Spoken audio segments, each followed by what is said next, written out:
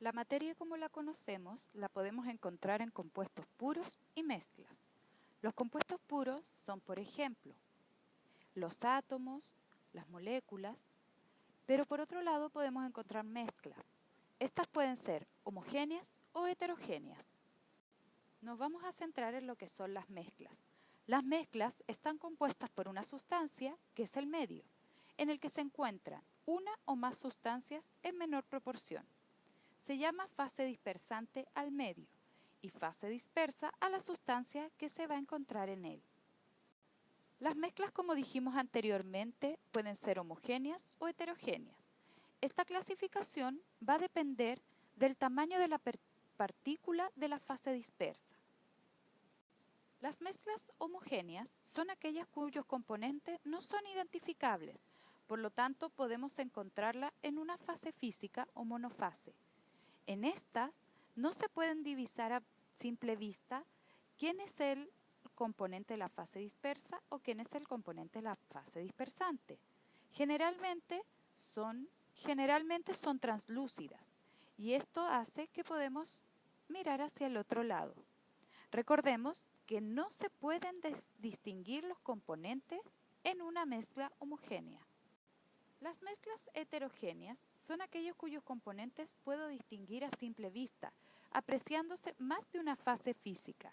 Ejemplo, aguas con piedras, una cazuela, leche con cereales o cualquier sustancia en que yo pueda analizar a simple vista los componentes.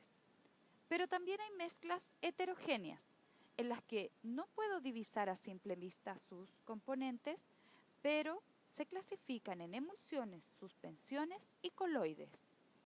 Las emulsiones están conformadas por dos fases líquidas, inmiscibles, es decir, que no se pueden disolver entre sí. Una es el agua y el aceite, la leche, la mayonesa.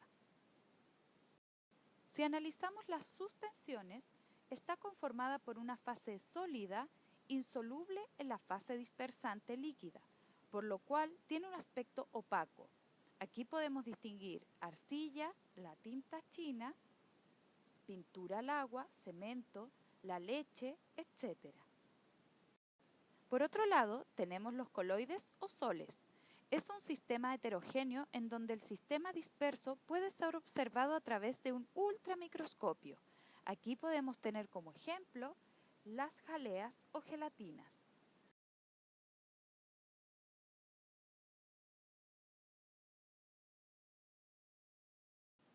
Existen diversos métodos para poder hacer la separación física de los componentes de una mezcla, ya sea homogénea o heterogénea. Si, por ejemplo, tenemos mezclas homogéneas, podemos tener distintos tipos de separación, por evaporación, cristalización, destilación, centrifugación, destilación fraccionada o cromatografía en papel. Aquí vamos a ver a continuación algunos ejemplos. Lee bien y cualquier cosa, consulta tu texto de estudio.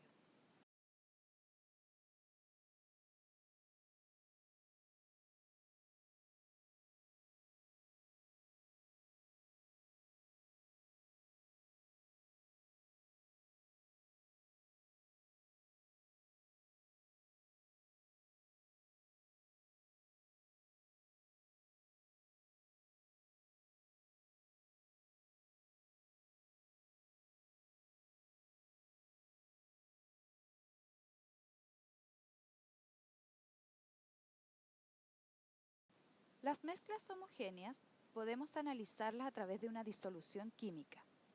Las disoluciones químicas están compuestas por dos o más componentes que forman una disolución. En algunos textos o páginas también se le denomina soluciones químicas.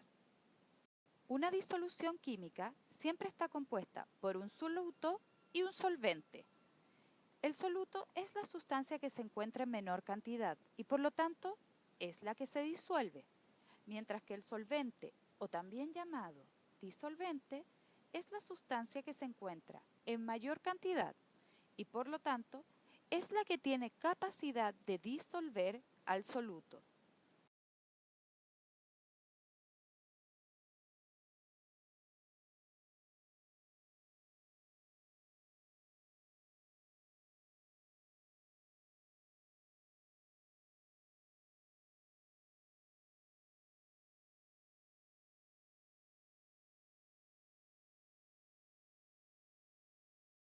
Se puede analizar las disoluciones dependiendo de una mirada cualitativa, es decir, con lo que puedo observar a simple vista. Tenemos disoluciones diluidas, en la cual tenemos poca cantidad de soluto, concentrada en que tenemos bastante cantidad de soluto o la suficiente.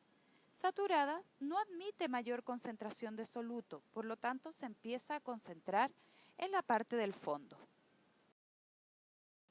Otra forma de clasificar las disoluciones es a través del carácter molecular de los componentes, y así podemos determinarla como disoluciones conductoras o no conductoras. Las conductoras son las que son capaces de conducir electricidad, y esto se debe a que los solutos están ionizados, es decir, se le denominan electrolitos, tales como las disoluciones ácidas, bases o sales. Por ejemplo, si disuelves sal en agua, esta va a soltar iones de sodio, iones de cloro, y por lo tanto van a ser capaces de conducir electricidad. Mientras que las disoluciones no conductoras, el soluto no es capaz de ionizarse, no es capaz de soltar iones y por lo tanto no conduce electricidad. Si yo disuelvo azúcar en agua destilada, esta no va a ser capaz de conducir electricidad, ya que el azúcar no produce electrolitos.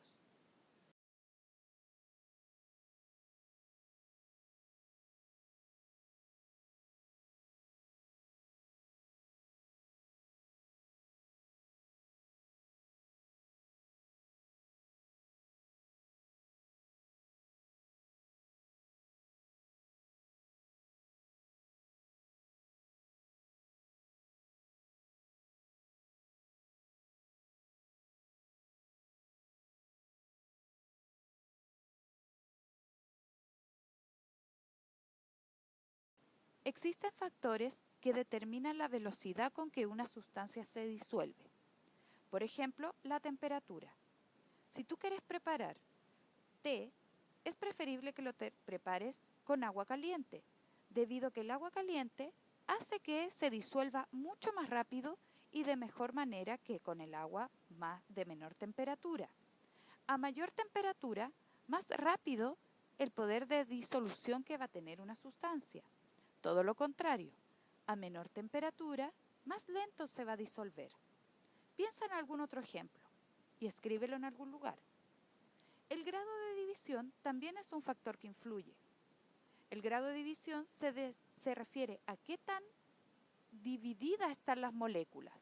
Por ejemplo, si tengo un terrón o un cuadrito de azúcar, se va a disolver más lento que si yo echo una cucharada con azúcar granulada. Y si yo echo una cucharada con azúcar flor, esta se va a disolver mucho más rápido, ya que va a tener más lugares donde va a poder reaccionar. La naturaleza del reactivo también influye. No todas las sustancias se disuelven y por lo tanto va a depender de la sustancia, del soluto y del solvente. Además, la concentración del soluto va a inferir en qué tan rápido se disuelve una sustancia o no. Eso va a depender de cómo también afecten los otros factores. Cuando hablamos de solubilidad, es la máxima cantidad de soluto que se puede disolver en una determinada cantidad de disolvente. Normalmente suelen tomarse 100 gramos. Es decir, por ejemplo, si yo tengo 100 gramos de un soluto, puede ser disuelto en 50 gramos de un solvente, en 100 gramos de otro solvente o dependiendo de cuánto se va a disolver. La solubilidad, como vimos anteriormente, va a depender de la temperatura a la cual se disuelva. A mayor temperatura hay sustancias que pueden disolver más cantidad de soluto, es decir, aumenta su solubilidad. Veamos a continuación el siguiente gráfico. Como se ve a continuación, vemos la solubilidad aumenta siempre con la temperatura y no varía de forma lineal, sino que exponencial. Analicemos el cloruro de sodio, el cual aumenta muy poco, pero sí efectivamente la cantidad de cloruro de sodio que podría echar a un vaso de agua con mayor temperatura cada vez sería más, es decir, la solubilidad aumenta con la temperatura del agua. Para medir cuantitativamente la concentración de una solución, es decir, cuánta cantidad de soluto tiene en una cantidad determinada de solvente, la relación entre la cantidad disuelta y la cantidad de disolvente se conoce como concentración. Esta relación se expresa cuantitativamente. Puede expresarse en forma física o unidades químicas, debiendo considerarse la densidad y el peso molecular del soluto. A continuación veremos las unidades físicas para poder calcular la concentración de una disolución. En primera instancia veremos porcentajes. Los porcentajes siempre se calculan igual. Recuerda los conocimientos matemáticos que tienes para poder calcularlos. El primer porcentaje que analizaremos se le denomina porcentaje masa-masa. Puedes encontrarlo también como peso-peso. Indica la masa del soluto en gramos presente en 100 gramos de solución. Para poder ayudarte, guíate por la siguiente fórmula. La masa del soluto dividida por la masa de la disolución por 100 te va a dar el valor del porcentaje masa-masa. Aclaremos que siempre el valor obtenido del porcentaje debe ser menor a 100. Si en tus resultados obtienes valores mayores a 100, debes revisar las fórmulas y los datos que estás analizando. Resolvamos el siguiente ejercicio. Cada vez que vas haciendo clic a la pantalla van apareciendo los resultados. Por lo tanto, te aconsejo que primero trates de resolverlos tú. Una solución de azúcar en agua contiene 20 gramos de azúcar en 70 gramos de solvente. Expresar la solución en porcentaje peso-peso. Los 20 gramos de azúcar corresponden a tu soluto. Los 70 gramos de solvente, como lo indica ahí, es el solvente. Pero recordemos que la fórmula es masa del soluto dividido por la masa de la disolución. Por lo tanto, para obtener tu disolución, debes sumar el soluto más el solvente. Por lo tanto, vas a obtener 20 gramos de azúcar, que es tu soluto, dividido en 90 gramos de tu disolución, y a eso se multiplica por 100. Intenta hacerlo tú.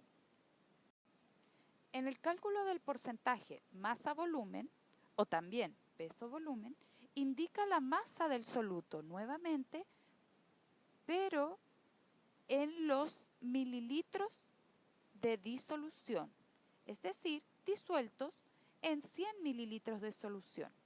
Nuevamente la fórmula es muy parecida a la anterior, es decir, masa del soluto dividido en los mililitros de la disolución por 100. A continuación nuevamente tenemos un ejercicio. Trata de resolverlo tú, en el cual una solución salina contiene 30 gramos de cloruro de sodio en 80 ml de solución. Nuevamente tendrás que tener los 30 gramos del soluto, que es el cloruro de sodio, dividido en 80 ml de la disolución y eso por 100. ¿Qué resultado te dio? ¿Es igual al que aparece en la diapositiva? En el cálculo del porcentaje volumen-volumen es muy similar a los demás. Nuevamente, indica el volumen del soluto en ml presentes en 100 ml de disolución. Por lo tanto, la fórmula será volumen del soluto dividido por volumen de la disolución y esto por 100. Recuerda, los valores que obtienes en los porcentajes siempre deben ser menor a 100. ¿Sabes por qué? ¿Puedes dar una explicación?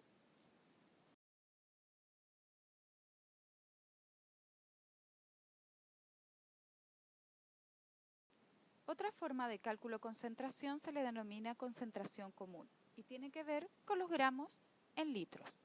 Indica la masa del soluto en gramos presentes en 1 litro de disolución. Recuerda que cuando nosotros hablamos de 1 litro nos referimos a 1000 ml, por lo que es lo mismo decir miligramos que mililitro. En este caso entonces vamos a dividir los gramos del soluto en 1000 ml de disolución. Veamos un ejemplo a continuación. Una solución de cloruro de potasio contiene 10 gramos de sal en 80 ml de disolución. Calcular su concentración en gramos por litro. los 10 gramos en 80 ml y tenemos ¿cuántos gramos podríamos tener en 1000 ml? Por lo tanto, como se ve a continuación, la concentración obtenida es de 125 gramos partido litros. Las partes por millón, o ppm, es una unidad de medida de concentración que mide la cantidad de unidades de sustancia que hay por cada millón de unidades de conjunto.